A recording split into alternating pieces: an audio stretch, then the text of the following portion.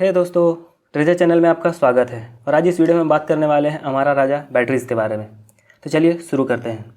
अगर कंपनीज़ का बात करें तो मैं बेसिकली 4 चीज़ों के बारे में बात करता हूँ। सबसे पहले हम बात करते हैं कंपनी के हिस्ट्री के बारे में, फिर बिजनेस मॉडल, फिर मैनेजमेंट और लास्टली हम कुछ फाइनेंशियल्स को डिस्कस करते हैं। तो चलिए शुरू करते हैं हिस्ट्री से। अगर कंपनी का हिस्ट्री का बात करें तो ये कंपनी स्टार्ट हुआ था 1985 बाय रामचंद्रन एन गाला के द्वारा।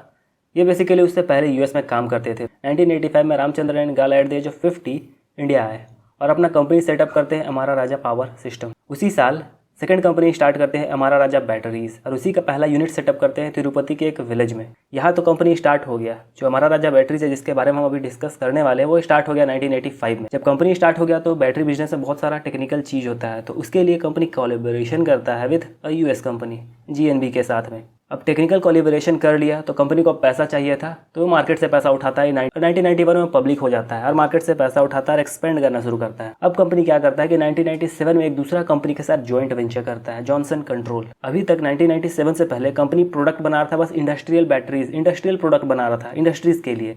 1997 से वो ऑटोमोटिव में स्टार्ट हो गया प्रोडक्ट बनाना जॉनसन कंट्रोल की मदद से।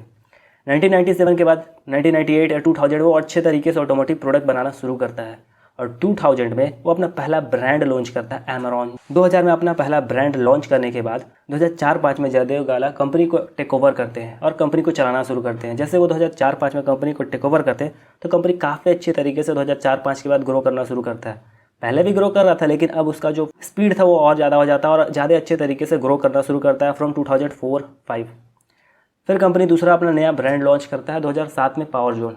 यहाँ पर मैंने आपको 2000 और 2007 में एमरॉन और पावर जोन का नाम इसीलिए बताया है क्योंकि इसका अगर आप मार्केट में जाइएगा तो आपको आउटलेट भी दिखेगा एमरॉन का और पावर जोन का।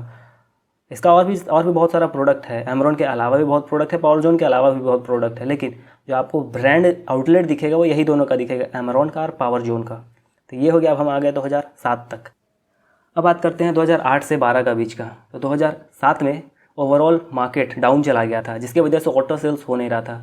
एमरॉन उसी से अपना जो एसेट था उसको कंटिन्यूसली एक्सपेंड करना शुरू किया, लेकिन उसी पीरियड में 2008 से 12 के बीच में एक साइड को ऐसे लगा कि बहुत ज़्यादा टाइम लगेगा रिवाइवल में, जिसकी वजह से वो उतना एक्सपेंसन नहीं किया, जो उसको नेगेटिवली इम्पैक्ट किया इन फ्यूचर में। क्योंकि जब 2010-11 में डिमांड शुरू हुआ पिकअप करना तो एक्साइड ओवर फुलफिल नहीं कर पा रहा था, जिसकी वजह से एमरॉन उसका मार्केट रिप्लेस कर लिया और धीरे धीरे उसका मार्केट कैप्चर करना शुरू किया। और ये एक्साइड के गलती की वजह से हुआ था, ऐसा नहीं कि एमरॉन कुछ एक्स्ट्रॉर्डिनरी किया था, ये हुआ था एक्साइड का गलती की वजह से। और अगर दूसरा गलती का बात करें तो कुछ साल पहले वो टेलीकॉम में उतना इफेक्टिवली अच्छा प्रोडक्ट नहीं बना था, तो क्या किया एक्साइड की 2-3 साल का गैप लिया, उसके बाद कंपनी प्रोडक्ट बनाना शुरू किया और टेलीकॉम मार्केट को सर्व करना शुरू किया।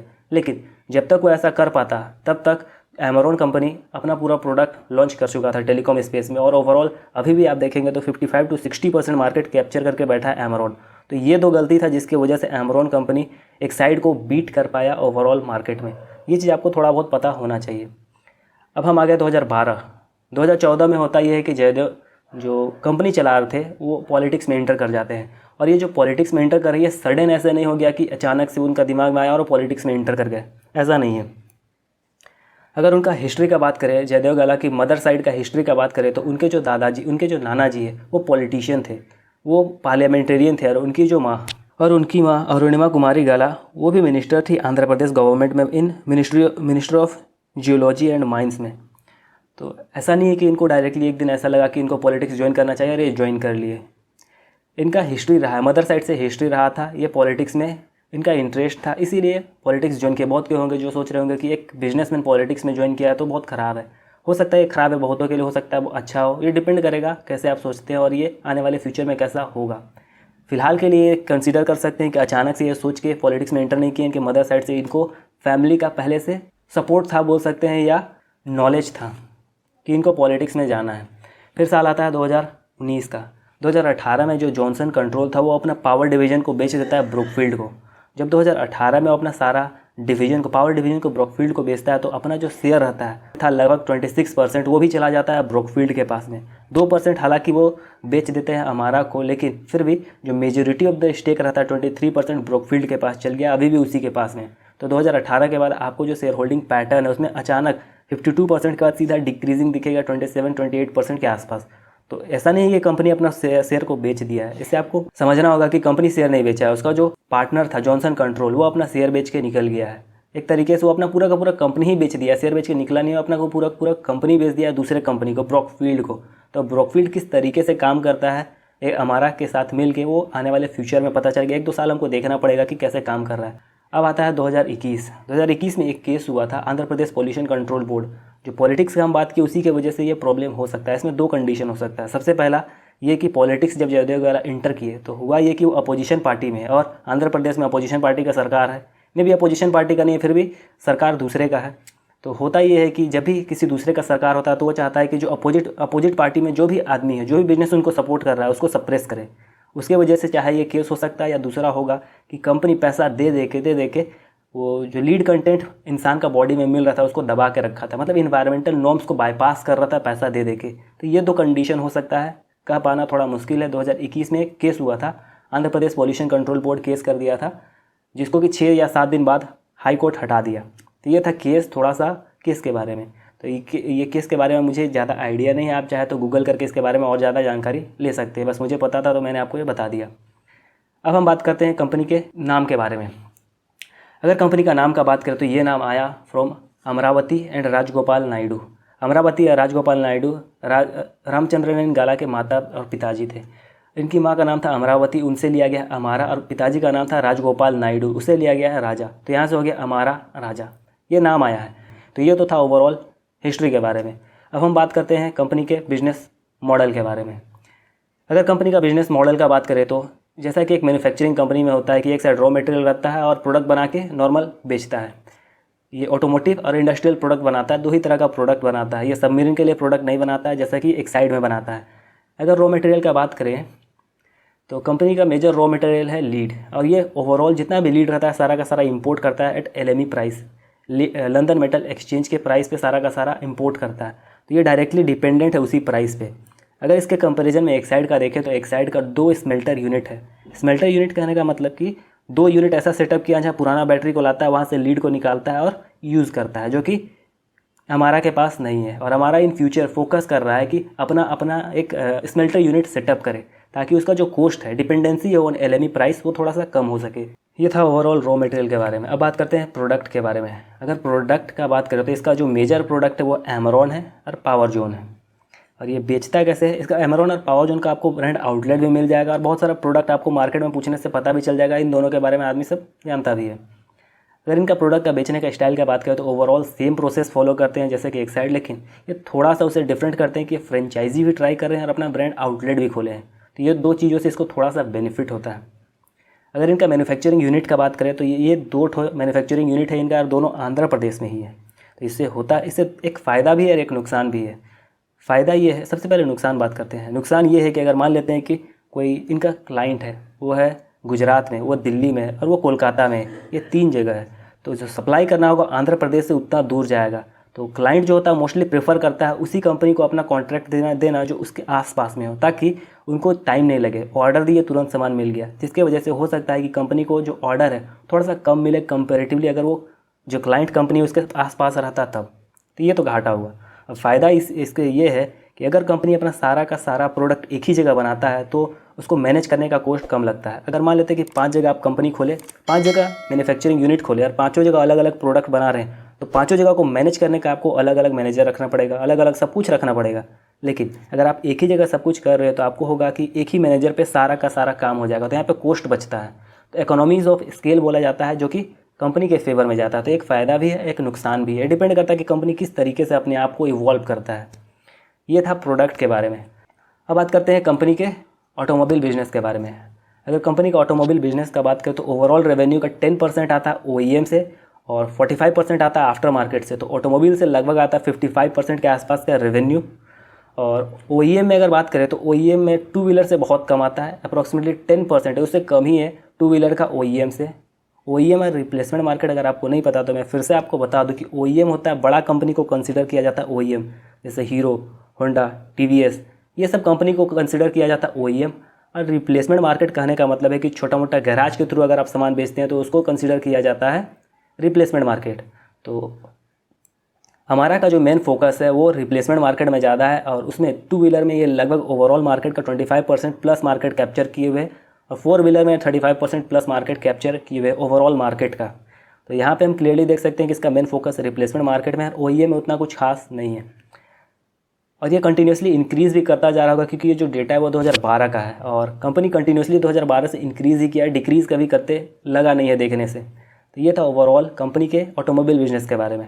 अब बात करते हैं इंडस्ट्रियल बिजनेस के बारे में। तो इंडस्ट्रियल बिजनेस कॉन्स्टिट्यूट करता है अराउंड 45% ऑफ द रेवेन्यू, और इसमें जो मोस्ट ऑफ द प्रोडक्ट आता है वो UPS है, टेलीकॉम है, इंडियन रेलवे के लिए कुछ प्रोडक्ट है, बैटरी है, सोलर बैटरी है। तो इसमें से जो मेजर रेवेन्यू में कॉन्ट्रीब्यूट करता है वो टेलीकॉम है और UPS में है। जैसा कि आप सब जानते हैं कि कंपनी एक्साइड कंपनी कुछ सालों के लिए ब्रेक लिया था टेलीकॉम बिजनेस से, तो उसी समय मौका देख के हमारा घुसा टेलीकॉम बिजनेस को लगभग 55 to 60% कैप्चर कर लिया, और अभी भी कांस्टेंट रखा है उसी के आसपास है।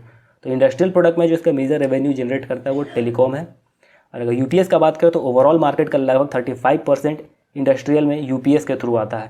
तो ये था ओवरऑल प्रोडक्ट के बारे में। अगर एक्सपोर्ट का बात करें तो company Indian Ocean rim countries में थोड़ा बहुत प्रोडक्ट बेचता है, लेकिन कुछ खास सिग्निफिकेंस अमाउंट नहीं होने की वजह से कंपनी कुछ खास अलग से दिखाया नहीं है उसको, तो मैं भी यहाँ इसको डिस्कस नहीं कर सकता। ये था ओवरऑल कंपनी के बारे में। अब कुछ पॉइंट जो आपको दिमाग में रखना चाहिए जब आप इवैल्यूएट कर रहे हो बैटरी बिजनेस। सबसे पहला चीज़ कि ये कंपनी ऑटोमोबाइल बिजनेस पे फुल्ली डिपेंडेंट है। आपको OEM मार्केट को समझना होगा, रिप्लेसमेंट मार्केट को समझना होगा कि वो कैसे काम करता है, इलेक्ट्रिकल व्हीकल को पर्टिकुलरली समझना पड़ेगा, लिथियम आयन बैटरी के बारे में थोड़ा बहुत जानना पड़ेगा, क्योंकि इन फ्यूचर कंसीडर किया जा रहा है, लिथियम बैटरी आने वाला फ्यूचर होगा। आपको रिसर्च एंड डेवलपमेंट में भी थोड़ा बहुत फोकस करना पड़ सकता है कि कौन कंपनी किसके साथ कोलैबोरेशन कर रहा है। और OEM बिजनेस खुद अपना lithium ion battery factory setup कर रहा है, जैसे गुजरात में सुजुकी कर रहा है। तो इससे हो सकता है कि आने वाले फ्यूचर में कंपनी को इम्पैक्ट करे, क्योंकि सुजुकी कंपनी ओवरऑल इंडिया का अगर बात किया जाए तो 50% जो कार सेल्स होता है ओवरऑल मारुति सुजुकी का ही होता है, तो एक बड़ा चंक उसका हाथ से निकल सकता है। तो ये सब पॉइंट आपको थोड़ा बहुत कंसीडर करके चलना है। अगर बात करें टेक्नोलॉजी का, तो इसरो टेक्नोलॉजी दे रहा है लिथियम आयन बैटरी बनाने के लिए फॉर 1 करोड़। तो यहाँ से हो सकता है कि कंपटीशन बहुत ज़्यादा बढ़ जाए लिथियम आयन बैटरी के लिए, क्योंकि 1 करोड़ ज़्यादा बड़ा अमाउंट नहीं है कंपनी के पर्सपेक्टिव से। और एनवायरमेंटल कंसर्न, बिकॉज लीड है यहाँ पे है, तो एनवायरमेंटल कंसर्न तो रहेगा ही। तो ये सारा पॉइंट है जो आपको कंसीडर करना पड़ेगा जब आप कंसीडर कर रहे हो, जब आप इवैल्यूएट कर रहे हो बैटरी बिजनेस को। तो ये तो था ओवरऑल बिजनेस मॉडल के बारे में। अब बात करते हैं एफिशिएंसी के बारे में कि क्या कंपनी अच्छे तरीके से ग्रो कर पा रहा है या नहीं। अगर कंपनी की एफिशिएंसी का बात करें तो सबसे पहले चेक करते हैं OPM, ऑपरेटिंग प्रॉफिट मार्जिन। हमारा के केस में ये अराउंड है 15%। अगर ऑपरेटिंग प्रॉफिट मार्जिन का बात करें तो ये फुल्ली डिपेंडेंट है रॉ मटेरियल का। अगर लीड का प्राइस इंक्रीज़ करता है तो ऑपरेटिंग प्रॉफिट मार्जिन डिक्रीज़ कर जाता है, अगर लीड का प्राइस डिक्रीज़ करता है तो ऑपरेटिंग प्रॉफिट मार्जिन बढ़ जाता है। कहने का मतलब कि इन्वर्सली प्रोपोर्शनल है operating profit margin raw material से। ओवरऑल हम ये कह सकते हैं कि ऑपरेटिंग प्रॉफिट मार्जिन को देखने से लगता है कि कंपनी इफेक्टिवली सेल्स जनरेट कर रहा है, बस वो डिपेंडेंट है लीड का प्राइस पे कि लीड प्राइस जैसा रहेगा उसी के हिसाब से इसका ऑपरेटिंग प्रॉफिट मार्जिन रहेगा। कंपनी को internal problem operating profit margin में देखने से नहीं लग रहा है। अगर आप किसी अदर ऑटो एंसिलरी बिजनेस का बात करें तो उसका ऑपरेटिंग प्रॉफिट मार्जिन अराउंड होता है 10 to 12%, और इसका हाई रहने का 2 रीज़न है। सबसे पहला तो इसका फोकस ऑन रिप्लेसमेंट मार्केट, और दूसरा इंडस्ट्रियल प्रोडक्ट बना रहा है। ये ऑटो पे डिपेंडेंसी इसका थोड़ा सा कम है एज़ कम्पेयर टू जो ऑटो एंसिलरी बिजनेस रहता है, वो फुल्ली डिपेंडेंट रहता है ऑटो इंडस्ट्री पे, लेकिन ये थोड़ा सा फोकस किया हुआ इंडस्ट्रियल डिवीजन, बैटरी डिवीजन पे, और मोस्टली रिप्लेसमेंट मार्केट पे। इसी चलते इसका जो ऑपरेटिंग प्रॉफिट मार्जिन है as compared to other ancillary काफ़ी हाई आपको लगेगा। अब बात करते हैं कंपनी का नेट फिक्स्ड एसेट टर्नओवर के बारे में। हमारा का केस में देखें तो ये कंटिन्यूसली डिक्रीजिंग ट्रेंड में है। कुछ समय पहले ये लगभग 7 के आसपास हुआ करता था, जो अभी कंटिन्यूसली डिक्रीज़ करके लगभग 2.5% के आसपास आ गया, और ट्रेंड नेगेटिव डाउनवर्ड में है।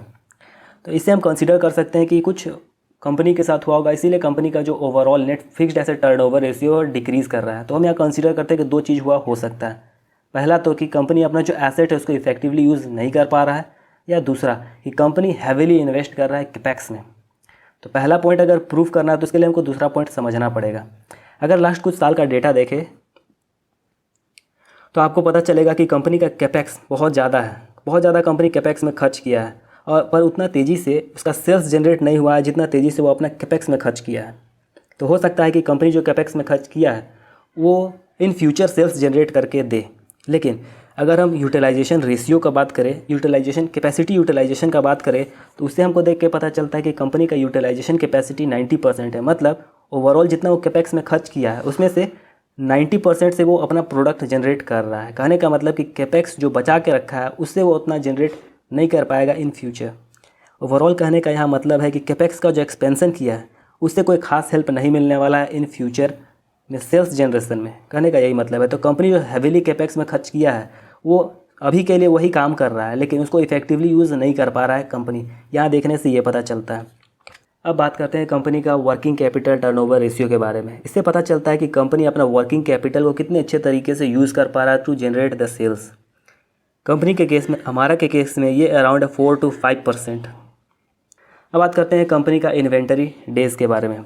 हमारा का इन्वेंटरी डेज़ का बात करें तो ये अराउंड 60 डेज़ बिफोर 2016 और ये कंटिन्यूसली इंक्रीजिंग ट्रेंड में है।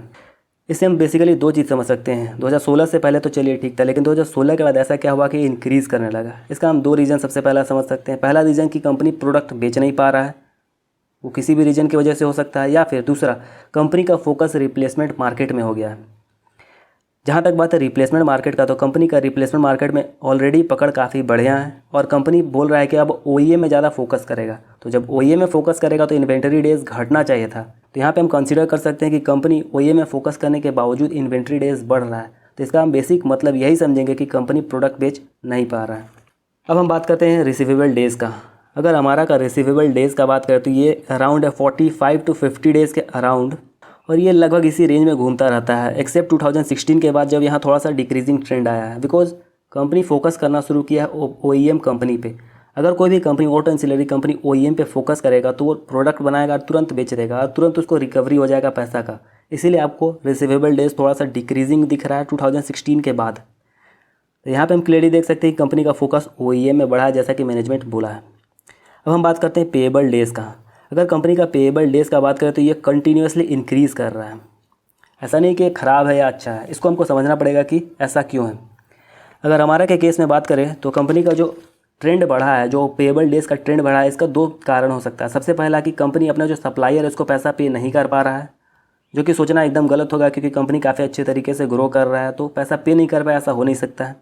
दूसरा रीज़न ये हो सकता है कि कंपनी का साइज़ बढ़ गया, ट्रस्ट बढ़ गया, जिसकी वजह से जो सप्लायर है वो उसको क्रेडिट प्रेफरेंस दे रहा है, मतलब आप थोड़ा लेट में भी पेमेंट कर सकते हैं, ऐसा जो सप्लायर है वो बोल रहा है। तो यहाँ पे ये थोड़ा सा वाजिब रीज़न लग रहा है, मतलब सही रीज़न लग रहा है कि यही कारण हो सकता है। तो कंपनी को सप्लायर के साइड से अब थोड़ा क्रेडिट प्रेफरेंस मिल रहा है, कंपनी का फोकस OEM की तरफ हो गया। लेकिन कुछ पॉइंट को देखने से पता चलता है कि कंपनी उतने अच्छे तरीके से ग्रो नहीं कर पा रहा है जैसा पहले ग्रो कर पा रहा था, और थोड़ा बहुत प्रोडक्ट उसका नहीं बिक रहा है। ये हम कंसीडर कर सकते हैं। ये था ओवरऑल एफिशिएंसी के बारे में। अब हम बात करते हैं कंपनी के मैनेजमेंट के बारे में। अगर कंपनी का मैनेजमेंट का बात करें तो सबसे पहले हम चेक करते हैं शेयर होल्डिंग पैटर्न। अगर कंपनी का शेयर होल्डिंग पैटर्न का बात करें तो ये 50% प्लस हुआ करता था 2018 से पहले, लेकिन सडन ये डिक्रीज़ कर गया। और इसका डिक्रीज़ करने का कारण भी है क्योंकि जो जॉनसन कंट्रोल था वो अपना जो पूरा का पूरा बिजनेस यूनिट था, पावर बिजनेस यूनिट, वो ब्रोकफील्ड को बेच दिया, तो सारा का शेयर उसके पास ट्रांसफ़र हो गया। तो कंपनी का उसके साथ कुछ खास कोलैबोरेशन एग्रीमेंट हुआ नहीं है, इसी चलते कंपनी उसको दिखा रहा है अलग। तो अभी ओवरऑल अगर देखा जाए तो overall 27 to 28% share holding pattern आपको दिखेगा जो कि मैनेजमेंट होल्ड किए हुए हैं। तो यहाँ से देख के लगता है कि अगर हमको अच्छा लगता है कि कोई भी कंपनी का जो शेयर होल्डिंग पैटर्न वो 50% प्लस हो। यहाँ पे 27% है, जो कि 27 to 28% है, जो मुझे उतना कुछ खास पसंद नहीं आया हमारा के केस में। अब हम बात करते हैं रेम्यूनरेशन का। अगर रेम्यूनरेशन का बात करें तो ये काफ़ी हाई है। Around overall profit after tax का बात करें तो 13% रेवेन्यू खुद को देते हैं, जो कि काफ़ी हाई नंबर लगता है मुझे। और अगर चेक करते हैं कि किस तरीके से सेल्स और प्रॉफिट ग्रो किया है और उसका जो रेम्यूनरेशन है वो ग्रो किया है, अगर लास्ट 10 साल का डेटा देखेंगे तो कंपनी का सेल्स और प्रॉफिट ग्रो किया 13% से लास्ट 10 साल का, और ठीक इसी रेशियो से ग्रो किया उसका प्रॉफिट आफ्टर टैक्स से। अगर रिलेट करके रेम्यूनरेशन को निकाला जाए तो अराउंड 13% के आसपास ग्रो किया उसका रेम्यूनरेशन भी, तो जो कि मुझे काफ़ी हाई नंबर तो ऐसे भी लगता है कि 13% पैट का रेम्यूनरेशन काफ़ी हाई नंबर ऐसे भी है, और सेम ट्रेंड पे ग्रो भी करा रहा है, जिस रेट से सेल्स और प्रॉफिट ग्रो कर रहा है उसी रेट से। अब बात करते हैं सक्सेशन प्लान। अगर सक्सेशन प्लान का बात करें तो जयदेव गाला जो अभी कंपनी चला रहे हैं, उनके जो बेटे हैं वो उनको ट्रांसफ़र नहीं, उनको एग्जीक्यूटिव पोस्ट पर नहीं रखे हैं। वो अपनी बहन के दो बेटे हैं, विक्रमादित्य और हर्षवर्धन, उनको एग्जीक्यूटिव पोस्ट पर रखे हैं। तो हो सकता है कि इन फ्यूचर यही दोनों कंपनी को संभाले। तो यहाँ पे अभी क्लियरली कह पाना मुश्किल है। फिलहाल के लिए जयदेव गाला कंपनी चला रहे हैं, लेकिन एग्जीक्यूटिव पोस्ट पे विक्रमादित्य और हर्षवर्धन है। तो इन फ्यूचर हो सकता है कि इन दोनों में किसी को कंपनी हैंडओवर किया जाए जो कंपनी इन फ्यूचर चलाए। सक्सेशन प्लान का अगर बात करें तो अभी फिलहाल कंपनी ठीक चल रहा है और कॉन्फ्लिक्ट होने का चांसेस नहीं है जब तक जयदेव गाला कंपनी में है। अब बात करते हैं केसेस या स्कैम। कुछ खास मुझे केसेस कंपनी या मैनेजमेंट के बारे में नहीं मिला। जो मेजर केस था वो 2021 में Andhra Pradesh pollution control board का था, जिसके बारे में मैंने आपको पहले ही बता दिया है। अब बात करते हैं लाइफस्टाइल या माइंडसेट। तो इनके बारे में सोशल मीडिया पे डेटा बहुत कम था, तो जो भी डेटा मिला उससे आप अपने तरीके से जज कर सकते हैं। मुझे कुछ खास मिला नहीं, तो मेरा अपना जजमेंट कुछ है नहीं। अगर आपको पता चलता है तो मैं चाहूँगा कि आप उसे मेरे कमेंट में लिखें। अब बात करते हैं रिलेटेड पार्टी ट्रांजैक्शन। ऐसे रिलेटेड पार्टी ट्रांजैक्शन तो काफ़ी हाई है और काफ़ी ज़्यादा है कंपनी में, लेकिन मुझे जो सस्पिशियस लगा वो रजाना ट्रस्ट है एक, जो कंपनी का ही है और इसमें बहुत ज़्यादा ट्रांजैक्शन कर रहे हैं, उनको पैसा पे कर रहे हैं ये CSR के थ्रू, जो मुझे थोड़ा सा ख़राब लगा कि कंपनी अपना ही ट्रस्ट को पैसा दे रहा है फॉर CSR वर्क। तो रिलेटेड पार्टी ट्रांजैक्शन मुझे जो सस्पिशियस लगा वो से रजाना ट्रस्ट लगा। अगर आपको कुछ लगता है इसके अलावा तो मैं चाहूँगा कि आप उसे कमेंट में लिखें ताकि मैं भी आपसे कुछ सीख सकूँ। तो ये था ओवरऑल मैनेजमेंट के बारे में। अब हम बात करते हैं फाइनेंशियल स्टेटमेंट के बारे में। अगर फाइनेंशियल स्टेटमेंट का बात करें तो सबसे पहले चेक करते हैं कि क्या कंपनी आने वाले 5 से 6 सालों में बैंकरप्ट हो जाएगा या नहीं। अगर डेट के कंसेप्ट में ले तो डेट तो एकदम नहीं है, 0.1% ऑफ डेट टू इक्विटी है, मतलब बहुत कम डेट है। तो कंपनी डेट की वजह से तो बैंकरप्ट नहीं होने वाला। और बात करें अगर कंपटीशन का, तो कंपटीशन की वजह से ये उल्टा मार्केट कैप्चर करता जा रहा है फ्रॉम एक साइड।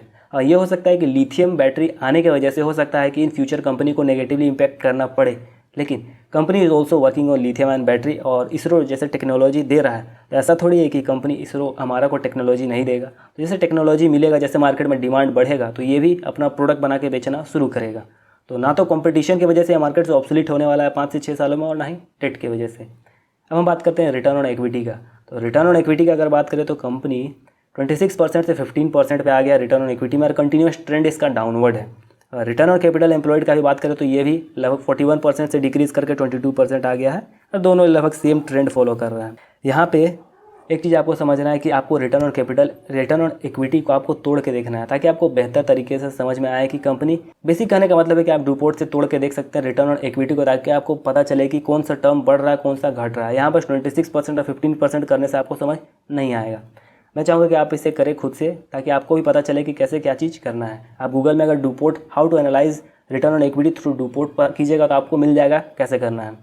अब बात करते हैं डेट टू इक्विटी का। तो डेट टू इक्विटी कंपनी का एक समय 1% था, जो अभी घट के लगभग 0.1% हो गया, जो काफ़ी अच्छा नंबर लगता है मुझे अच्छा लगता है कि किसी भी कंपनी का डेट टू इक्विटी 0.5% से कम रहे, तो मुझे वो कंपनी काफ़ी बढ़िया लगता है। पर ये डिपेंड करता है कंपनी पे, ऐसा ज़रूरी नहीं है।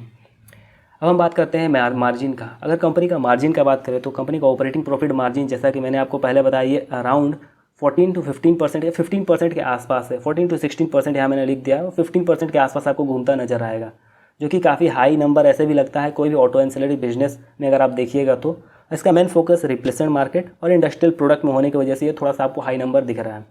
अगर नेट प्रॉफिट मार्जिन का बात करें तो वो अराउंड 9%, और अगर इसको कंपेयर किया जाए एक साइड से तो उसका है लगभग 5% के आसपास।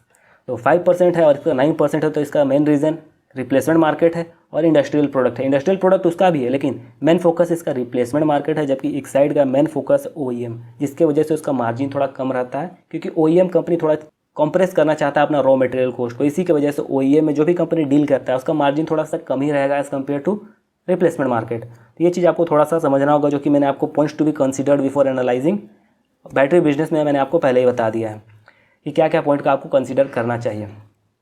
अब हम बात करते हैं कैश फ्लो का। अगर कंपनी का कैश फ्लो का बात करें तो वो काफ़ी बढ़िया है। यहाँ बढ़िया कहने का मतलब है कि कंपनी जो ऑपरेट करके पैसा निकाल रहा है उसी से अपना इन्वेस्टिंग और फाइनेंसिंग का काम पूरा कर ले रहा है। इसीलिए यहाँ पे मैंने लिखा है कि जो कैश फ्लो है वो गुड है।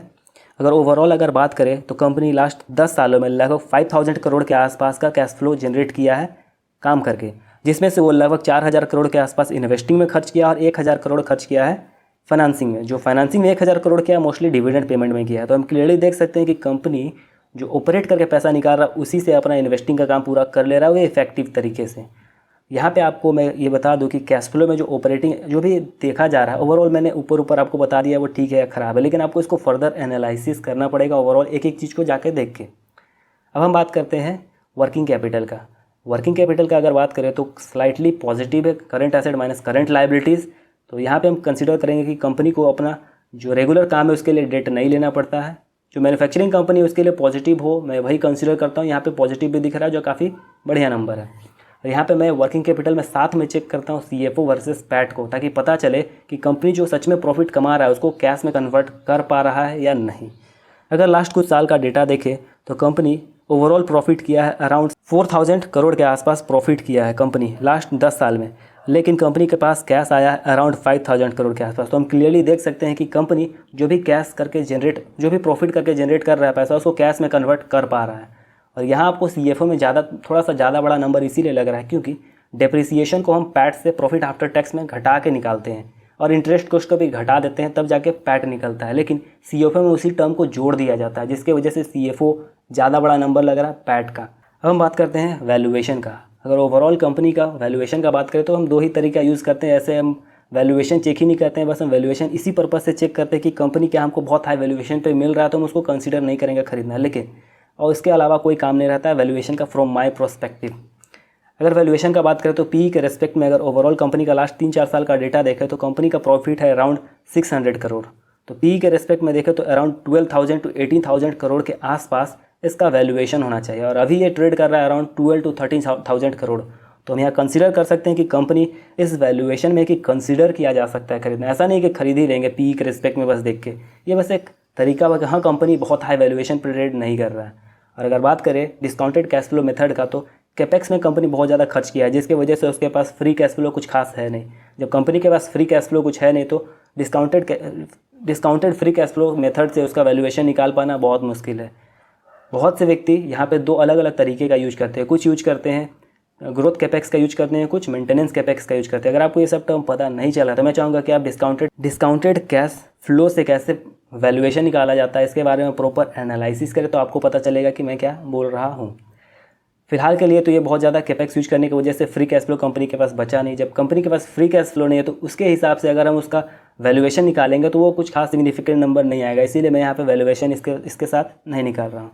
तो यहाँ तक था ओवरऑल कंपनी के बारे में। मैंने आपको सब कुछ डेटा दिया, चाहे वो हिस्ट्री हो, मैनेजमेंट हो, बिजनेस हो या फाइनेंस हो। तो अगर आपको ये वीडियो पसंद आता है तो मैं चाहूँगा कि आप इसे लाइक और सब्सक्राइब जरूर कर दें इस चैनल को, और लास्ट तक वीडियो में बने रहने के लिए धन्यवाद दोस्तों।